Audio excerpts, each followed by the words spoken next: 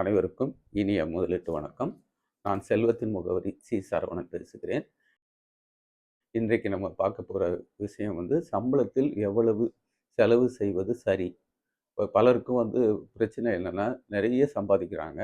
ஆனால் எவ்வளவு செலவு செய்யணும் அந்த சம்பளத்தில் அப்படிங்கிறது தெரியாமல் செலவு செய்கிறதுனால என்ன ஆகுது, அந்த மொத்த செலவையும் சம்பளத்தையும் முதல் ஒரு 10 நாளைக்குள்ள செலவு செஞ்சுட்டு கடைசி ஒரு 5 நாளைக்குள்ள ரொம்ப கஷ்டப்பட்டு குடும்பத்தை நடத்துகிற சூழ்நிலைக்கு தள்ளப்படுறாங்க.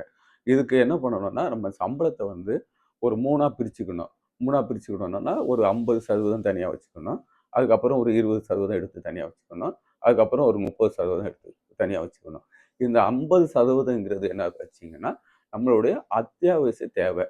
அதாவது வீட்டு வாடகை, மளிகை பொருட்கள் வாங்குறது, பால் வாங்குறது, நம்மளுடைய பேப்பர் வாங்குறோன்னா பேப்பர் வாங்குறது, போக்குவரத்து செலவு, இதுக்காக அந்த 50% வச்சுக்கணும். இந்த இந்த தொகை வச்சுட்டு அது போக மீதி ஒரு 20% தொகையை மட்டும் எடுத்து என்ன பண்ணணும்னா, ஆசைப்படுறதுன்னா நம்ம இப்போ ஹோட்டலில் போய் சாப்பிட்றது, சினிமாவுக்கு போகிறது, அதுக்கப்புறம் வார இறுதி சனி ஞாயிறில் எங்கேயாவது ஒரு இடத்துல போய் ஒரு சுற்றி பார்த்துட்டு வருவோம் அப்படின்னா, அதுக்கான செலவு ஒரு சம்பளத்திலேருந்து 20%க்குள்ள அடக்கிக்கணும்.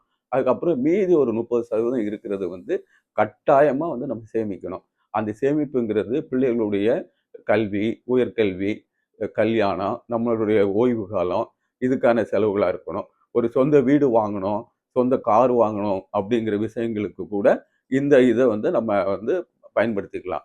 இப்போ உதாரணத்துக்கு ஒருத்தர் 50,000 சம்பளம் வாங்குறாரு அப்படின்னா, அதில் ஒரு 50% அதாவது 25,000 குடும்ப செலவுகளுக்கு நம்ம ஏற்கனவே சொன்னபோது அத்தியாவசிய செலவுகள் சொன்னோம் இல்லையா, வீட்டு வாடகை, பால், மளிகை, இதுகளுக்கு செலவு பண்ணணும். மீதி ஒரு 20% சொன்னது 50,000 சம்பளத்தில் 20%னா 10,000.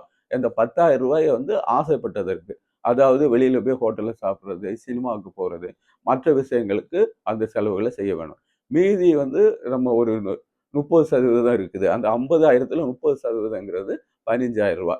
அந்த 15,000 நம்ம பிள்ளைகளுடைய எதிர்காலத்துக்கும், நம்மளுடைய எதிர்காலத்துக்கும், சொந்த வீடு வாங்குறதுக்கு, கார் வாங்குறதுக்கு சேமிக்க வேணும். இப்போ நமக்கு குடும்பம் நடத்திட்டு இருக்காங்க. இப்போ அவசிய செலவு இப்போ 25,000 நம்ம 50,000 சம்பளத்தில் சொல்லியிருக்கோம். அதில் ஒரு பற்றாக்குறை வருது. பற்றாக்குறை வருதுன்னா நம்ம அந்த எதுல இருந்து எடுத்து செலவு செய்யணும்? பலரும் என்ன செய்யறாங்க, இந்த சேமிப்பை நிறுத்திட்டு அதுல இருந்து செலவு செய்யறாங்க. நம்ம அப்படி செய்யக்கூடாது. நம்ம ஆசைப்படுறதுக்குன்னு ஒதுக்கி வச்சிருக்கோம் பார்த்தீங்க இல்லையா? அதுல இருந்து ஒரு கொஞ்சம் பணத்தை எடுத்து இந்த அத்தியாவசிய செலவுகளுக்கு நம்ம செஞ்சுக்கணும். அதே போல இப்போ நம்ம சம்பளம் இப்போ 50,000 வாங்கிட்டு இருக்கவருக்கு சம்பளம் 1,00,000 ஆகிப்போச்சு. அப்போ அவரே இதே மாதிரி சம்பளத்தில் நம்ம ஆசைப்படுறதுக்கு 20% அப்படின்னா என்ன ஆகுது, செலவு மாசம் 20,000 ஆயிடுது. ஆனா அதே மாதிரி சேமிப்புக்கு பார்த்தீங்கன்னா 30%னா 30,000 ஆயிடுது. அப்போ குடும்ப செலவுக்கு 50,000 1,00,000 50,000 வருது.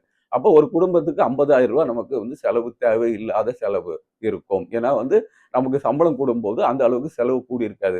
அப்போ என்ன பண்ணணும்னா, நமக்கு ஆசைப்படுறதுக்கு கொஞ்சம், அதாவது அந்த 10,000 செலவு பண்ற இடத்துல ஒரு 15,000 செலவு தாராளமா பண்ணிக்கலாம். ஏன்னா நம்ம பிள்ளைகள் வளரும், நமக்கு கூட விலைவாசி கூடிக்கிட்டு இருக்கும். அப்போ நம்ம அதே 10,000 நம்ம தொடர்ந்து நம்ம மாசத்துக்கு செலவு பண்ணணும்னா நம்ம வாழ்க்கையை அனுபவிக்காத மாதிரி இருக்கும். அப்போ என்ன பண்ணணும், அங்க நம்ம கொஞ்சம் கூட்டிக்கலாம்.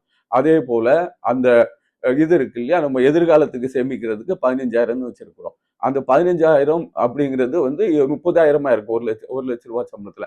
அப்ப நீங்க 30%ங்கிறத 40% ஆகிட்டு அதை 40,000 முதலீடு பண்ணணும். அப்படி பண்ணும்போது என்ன ஆகும்னா, உங்களுடைய நிதி இலக்குகள், பிள்ளைகளுடைய கல்வி, அதுக்கப்புறம் கல்யாணம், இதுக்கான பணம் எல்லாம் வேகமா சேர ஆரம்பிக்கும். நீங்க இன்னொன்று ஓய்வு காலத்துக்கு பணம் சேர்த்துட்டு வரீங்கனாலும் அந்த பணமும் வேகமா சேர சேர ஆரம்பிக்கும். அப்போ நீங்க ஒரு வேலையில 58 வயசு 60 வயசு வரைக்கும் ரிட்டையர்மெண்ட் வரைக்கும் கஷ்டப்பட்டு வேலை பார்க்கணும்னு அவசியம் இல்லை.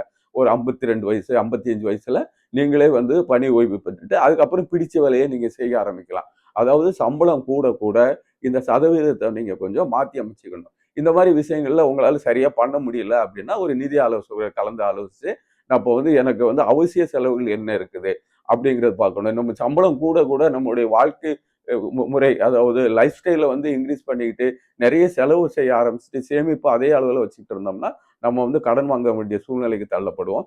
இதை தவிர்க்கிறதுக்கு நம்ம சம்பளம் கூடும்போது நம்மளுடைய வந்து இதை சேமிப்பை கூட்டணும், செலவை வந்து ஓரளவுக்கு கட்டுக்குள்ள வச்சுக்கணும். அது மாதிரி அவசிய சேவைகள் அப்படிங்கிற போது அதுக்கான ஒதுக்கி இருக்கிற தொகையும் ஓரளவுக்கு நம்ம அந்த ஏற்கனவே இருக்கிற கட்டுக்குள்ள வச்சுக்கிட்டோம்னா நம்ம வந்து நிம்மதியான நிதி வாழ்க்கை வாழ முடியும். இது போன்ற தொடர்ந்து நிதி சம்பந்தமான விஷயங்களை தெரிந்து கொள்ள செல்வத்தின் முகவரி யூடியூப் சேனலை சப்ஸ்கிரிப்ஷன் செய்யுங்கள்.